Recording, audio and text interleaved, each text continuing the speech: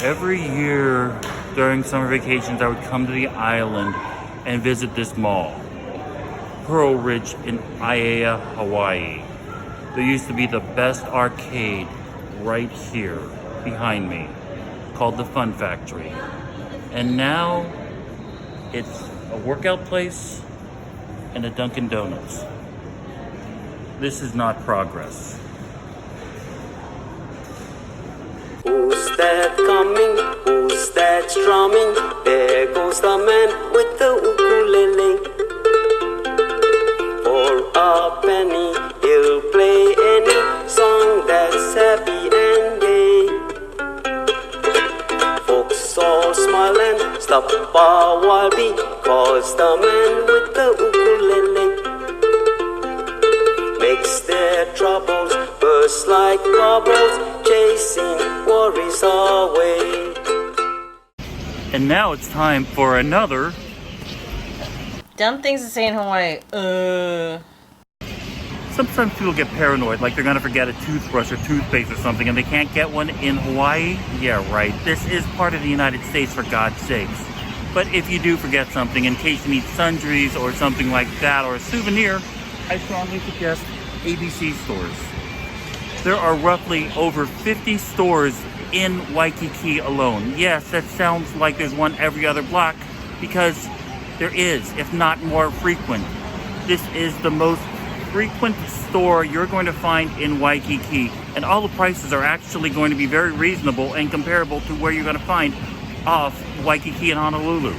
But what if you forgot your prescription at home, or you're worried that Hawaii might not have your medications? Well, you ever heard of CVS? Well, if you have, which is most of the United States, then you've pretty much heard of this place behind me, Long's.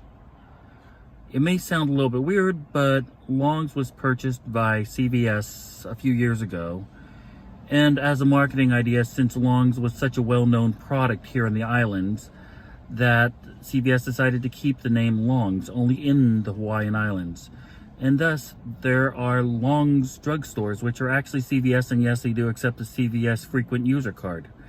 Here at these over 50 stores in the islands, they're on every major island except for Molokai, and they have access to your medical records should you need any medication. For my first trip to Hawaii till now, we would always frequent the same restaurants. It was always based on no other reason but taste.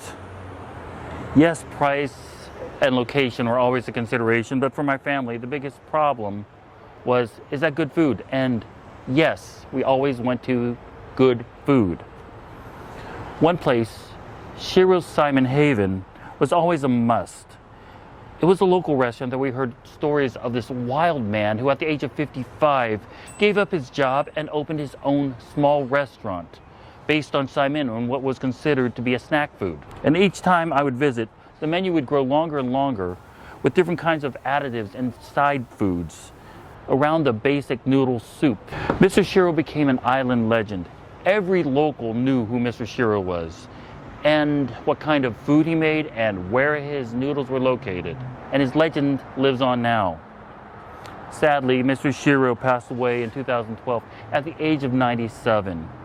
But before he passed, he still maintained a lifestyle of driving to almost each one of his locations every day to make sure that each restaurant was ready to go and properly stocked. This is Bryce Fujimoto. And he is not only just the vice president of Shiros Saimin Haven, also in charge of catering, but he is also Mr. Shiro's grandson.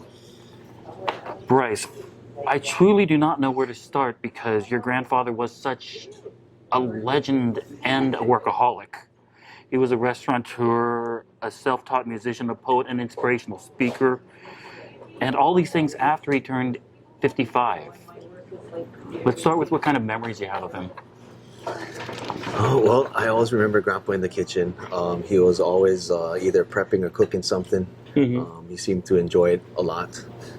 He also enjoyed always coming on the floor and entertaining his customers, either with his charm or his, sometimes he would bring his ukulele and jam out some tunes for them, but always very flamboyant. He was kind of like a showman.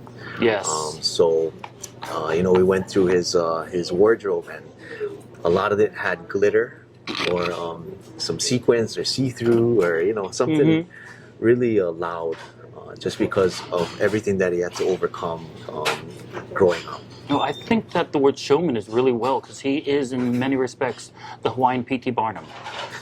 The stories of this man were legendary and none of them bad. The thing that amazes me is everybody in the islands knew him. Everybody. I mean, it's just like it's almost like algebra. You have to know just to graduate. Did you have any personal memories where he was just crazy, or was he just a good grandfather to you? Well, he was a great grandfather. I had the pleasure of working at the restaurant at a very young age, so I saw him in action a lot. Being that he did spend a lot of time at the restaurant at work, he spent most of his time with the family at coordinating parties and such. Okay. And he really enjoyed that, inviting friends and family and even sometimes strangers over to his house for these really awesome parties. Yeah.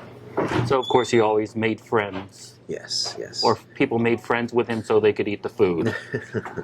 He basically said it like it is, and if you liked him, you did, and if not, then you didn't. But yeah. I really can't imagine anybody not liking the man. Right here. Can I? Excuse me, dear. Thank you. At this point, waitress Ophelia Pijao came and served us our food. I have one more right here. How many years did you say you've been working here? 30 plus years. 30, yeah. Close to 40, but wasn't counted Dillingham, so about 30 plus years. Our meal consisted of 2 bowls of Saimin, a hamburger steak with homemade gravy and french fries, hot dog, lumpia, lomi salmon, and chicken long rice. What encourages a man who's over 55, who had a government job, a very secure job, to quit working and suddenly open up what was probably a risky business at best? Well, he had his dream, and his dream was to open his own restaurant and to feed the hardworking people from near and far. And so he had that very nice job with Kapilani Community College as a teacher, culinary arts instructor. And yes, it would have been very easy for him to stay there, but he didn't finish his dream. So he went off and he pursued it, and all of his life he was tied to other people's obligations, other family obligations, and finally he collected up enough money and enough skills along the way, where he felt confident enough to open up his own restaurant. And he did open multiple restaurants before Shiro's as well, so Shiro's is the one that kind of stuck. From what I read, he liked the idea of good food at an affordable price. Was this at a time when that almost seemed impossible, almost like opposites? He always geared his menu options towards the pocketbook, as he would say. Okay. So if something was too expensive at the time, he always liked to use great ingredients, but if something was too expensive at the time, he'd find a way to either make it more affordable or create more value for the customer, or just go with another option, basically. What was your family's opinion about him opening up a restaurant? Did they support him, or did they think he was crazy? His wife, Shiro Matsuo, thought he was crazy because, he went through a lot of ups and downs, and finally he got his great jobs, and she thought he was going to work it for a very long period of time, and he did not. So even though she was against it, she still supported him along the way. Yeah. And how many kids did he have? He had 3 children. Was there any particular meaning for food in your family? Like it bonded your family together, or? Oh, definitely. He was a great chef, and he would always make these awesome dishes, awesome home style dishes for the family, and that's where we all would congregate, get together, and have a good time. He was the glue. Okay. The first restaurant opened in 1969? Yes. Do you have any idea what the original menu looked like at that point, as opposed to now? The original menu was, I believe, a front and back, one-page, legal-sized document, I believe. Yeah. Okay. Saimin was popular back then, but he did not have the 64 varieties of it. Yeah.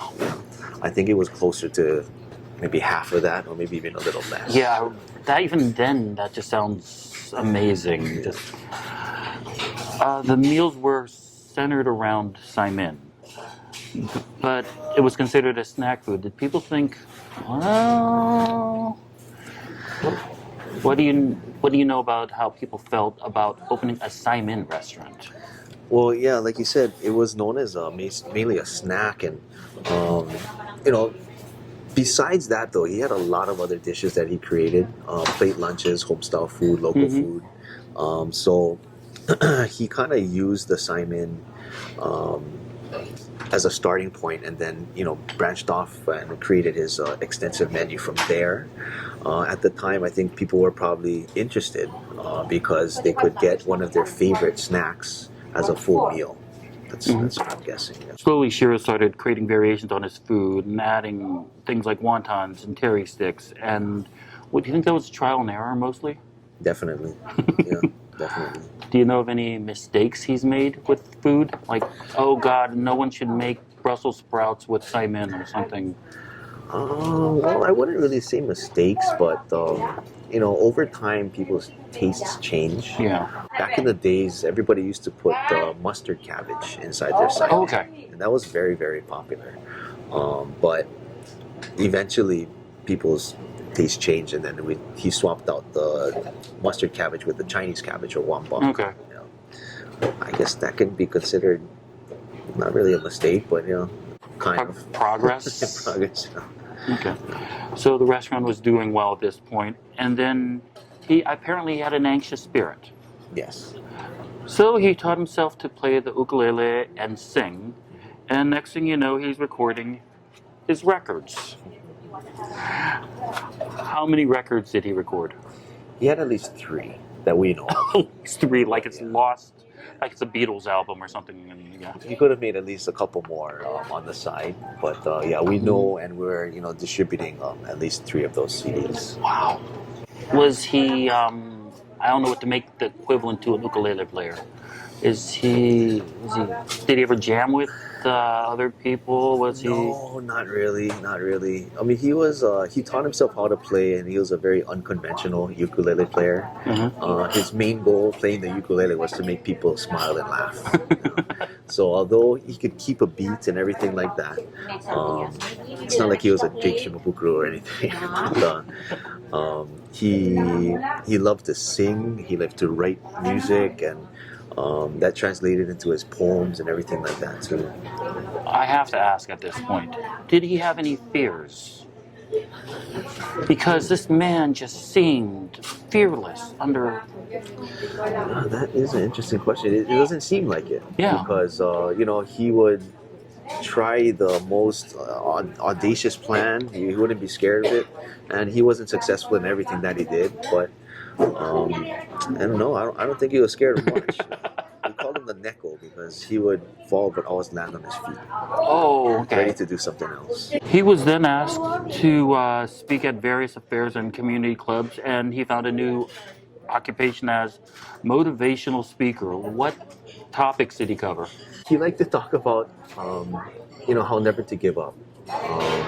He used his life story as an example, and again, he motivated people through humor as well. So I remember this one time he went to the senior group and he was talking to them, and he wanted to get their attention because they weren't paying attention to him. And he ripped off his shirt,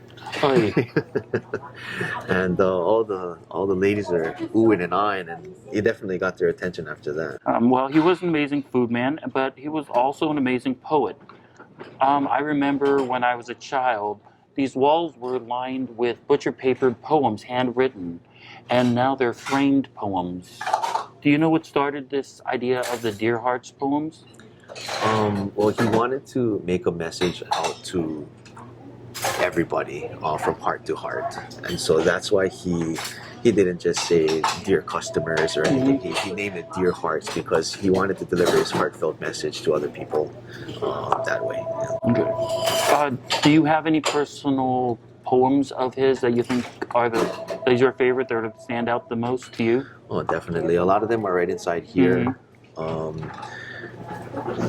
Gosh, I have a book of a lot of unpublished poems that he wrote, and believe it or not, he wrote a poem every single week until the day he passed. Yeah. So the ones towards the end, especially, are very treasured. Your grandfather always seemed to have had a difficult time shutting off his mind. He always was doing something, new plan. Is this the grandfather that you remember? Yes. Okay, it's now 2020, and you have the 2 Shiros Saimin Haven locations doing great business. How many variations? You said 64 now? 64. Yeah. 64. Different Simons. Which one is your favorite? The number 55. Which is? It's the Hula Burger Saimin or the Ran Mizutani Saimin. So that's the one that comes with, it's a 1-ton bin with all the garnishes and vegetables, and it comes with the side of our Hula Burger. Or is it a sin? If you ever said, I don't want to eat Saimin, is that a sin in your family at this point? No. I mean, yeah. They all We understood? all kind of feel that every once in a while we can't eat Saimin because we eat it all the time. Yeah. It always amazes me that you guys actually have one stayed open because you guys financially, I don't know how you make money. This is probably the best bargain in probably Hawaii. Yeah. Well, interestingly enough, when the rail came through here, we were faced with a lot of difficulties. Okay. And it actually helped us improve.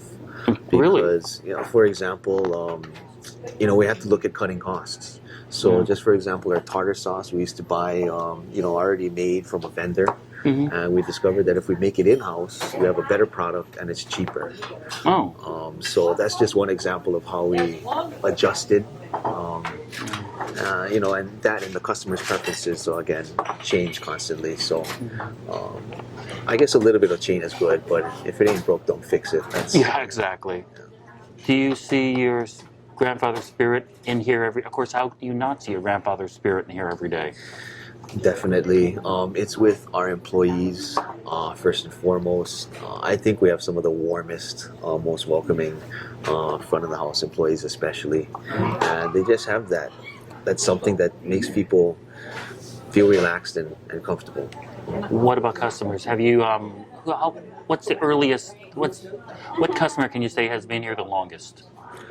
We have 1 or 2 customers that come every single morning at 7, maybe 7:30 at the latest. Mm-hmm. His name is Mr. Ron, and the other guy's name is Mr. Roland. But they were friends of Shiro, and every morning he would sit down and talk to them. I try to talk to them as much as possible, Yeah. but they're not really interested in talking to the younger generation. Oh, well, you have to talk to them, story about the right thing, Yeah. So yeah, those 2, and we have tons of other fiercely loyal customers who have helped us through thick and thin. I mean, I'm sorry it's been 8 years now since your grandfather passed, but there's still so much of him here. It feels like it's impossible for him to ever leave because he's already been thinking in the back of it the next flavor or the next thing. Yeah. So I hope you feel the pride in it because this is one of my favorite meals in all the world. Thank you very much. Thank you for joining us. I appreciate this so much. Thank you.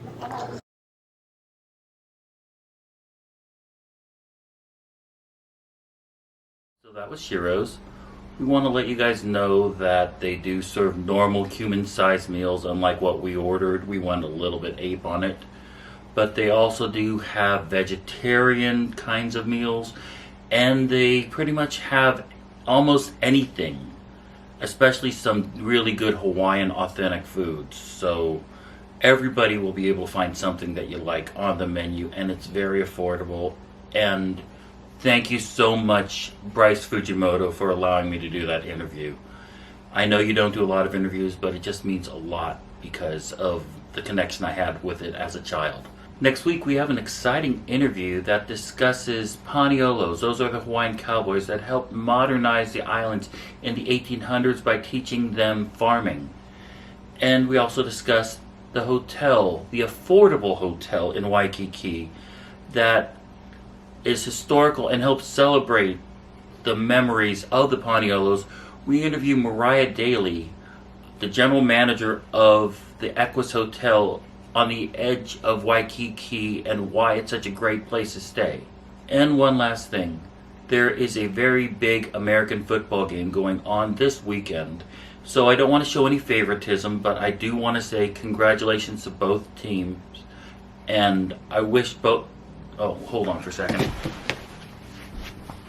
Now, I'm not going to tell you which team I'm rooting for, which team. I'm just going to be completely unfavorable. But I hope you go for the full 9 yards and make sure you beat the other team. And good luck to both teams. But you know which team I can't say which team I want. I'm just not going to say. So, see you guys next week. Mahalo and aloha. And that's a wrap. While he plays his merry song, all the hearts are filled with laughter as they tag along. Sandman's calling, shadows falling, there goes the man with the ukulele. Okay. Growing up in the island. You didn't grow up here. Not doing this.